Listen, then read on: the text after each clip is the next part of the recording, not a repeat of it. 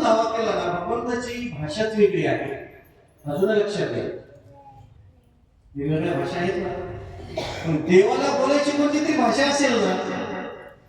माणसाला कळतंय माणसासंग कसं बोलावं, पण आता माणसाला हे बी कळलं पाहिजे देवासंग कसं बोलावं. अजून माणसाला हेच कळत ना, माणसासंग कसं बोलावं हेच अजून कळत. देवासंग बोलायचे, देवासंग बोलायचे. देवाची एक भाषा आहे, ती इथे येऊन रुकलेली सुशिमा नावाच्या नाडी. त्या भाषेचं नाव काय माहिती? आपल्या भाषेत किती आहेत पहा. परा, पश्यंती, मध्यमा, वैखरी. या चार भाषा आहेत. कोणाच्या? या तुमच्या आमच्या. मुंगी पासून ब्रह्मदेवापर्यंत या चार भाषा चालतात.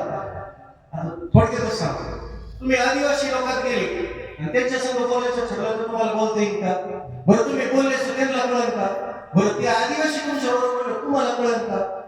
याच्यासाठी काहीतरी काय करावं लागेल, काही त्यांच्या संग घालावं लागेल ना. आदिवासीची भाषा आणि आदिवासीला आपल्याला घालावं लागेल तेव्हा आपली भाषा. बरोबर, संपर्कात जावं लागेल का? आपल्याला शिवाकडे जायचं ना का, संपर्कात जावं लागेल का नाही? मग आता भगवंताच्या संपर्कात गेल्याशिवाय भगवंताची भाषा कळेल का? भगवंताला कोणती भाषा लागते? सुशिमा नावाच्या नाडीतून कोणत्या भाषेचा उच्चार केला जातो जेणेकरून परमात्मा तत्काळ तुमच्या आमच्या हृदयात येतो. हृदयामध्ये खाना केला आता विठ्ठल. आणि काय केलं जातं बाई? आता बोला ना, आता पुरेसे बोलत. आता हे होते का माझ्या प्रमाण मांडले तुमच्या सोहम शब्दाचा, सुशिमनेतून सोहम शब्दाचा मारा करावा. इथे लक्षात, ती सोहम शब्दाची भाषा काय आहे? तिचं नाव आहे अनिर्वचनीय. त्या भाषेचं नाव काय आहे? देवाशी संवाद करायची भाषा, तिचं नाव आहे अनिर्वचनीय. आणि अनिर्वचनीय त्याच्याशी आपल्याला बोलता येतं.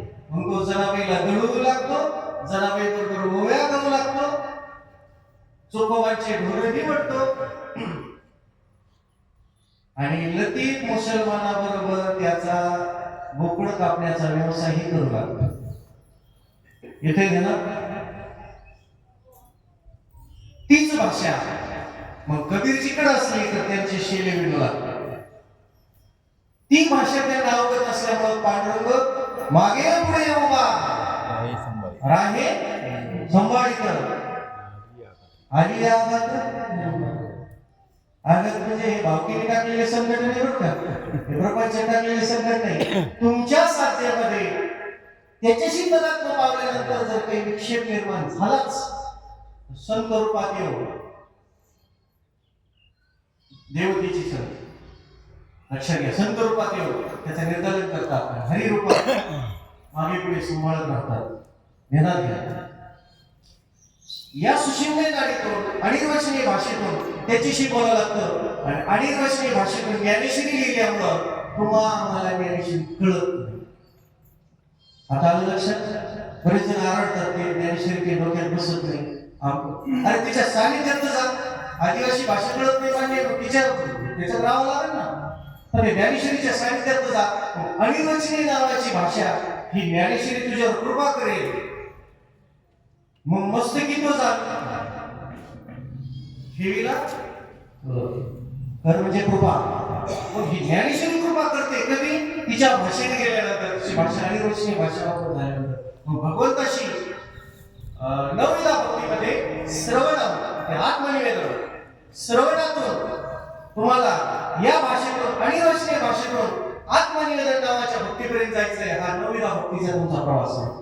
आणि ज्या दिवशी आत्मनिवेदन नावाच्या भक्ती तुम्ही जाता, तुम्ही भगवंताशी बोलता. कोणाशी बोलता? भगवंताशी. माणसाचं देव सोडून गाय एवढे नाचे आपुल्या छंदे, स्वतःच्या छंदात जेवढे जेवढे महात्मे झाले ना, ऐशी लागी लगन मीरा उभे मगन, त्या नादात त्या छंदात तुम्ही या प्रपंचिकात गुरफटत नाही. तुम्ही तुमच्याच आनंदात असतात. आनंदाचा कोश तुम्हाला सापडलेला असतो. ती भाषा तुम्हाला तेव्हाच अवगत होईल जेव्हा तुम्ही सुशिमेतून त्या भगवंताचा धावा कराल.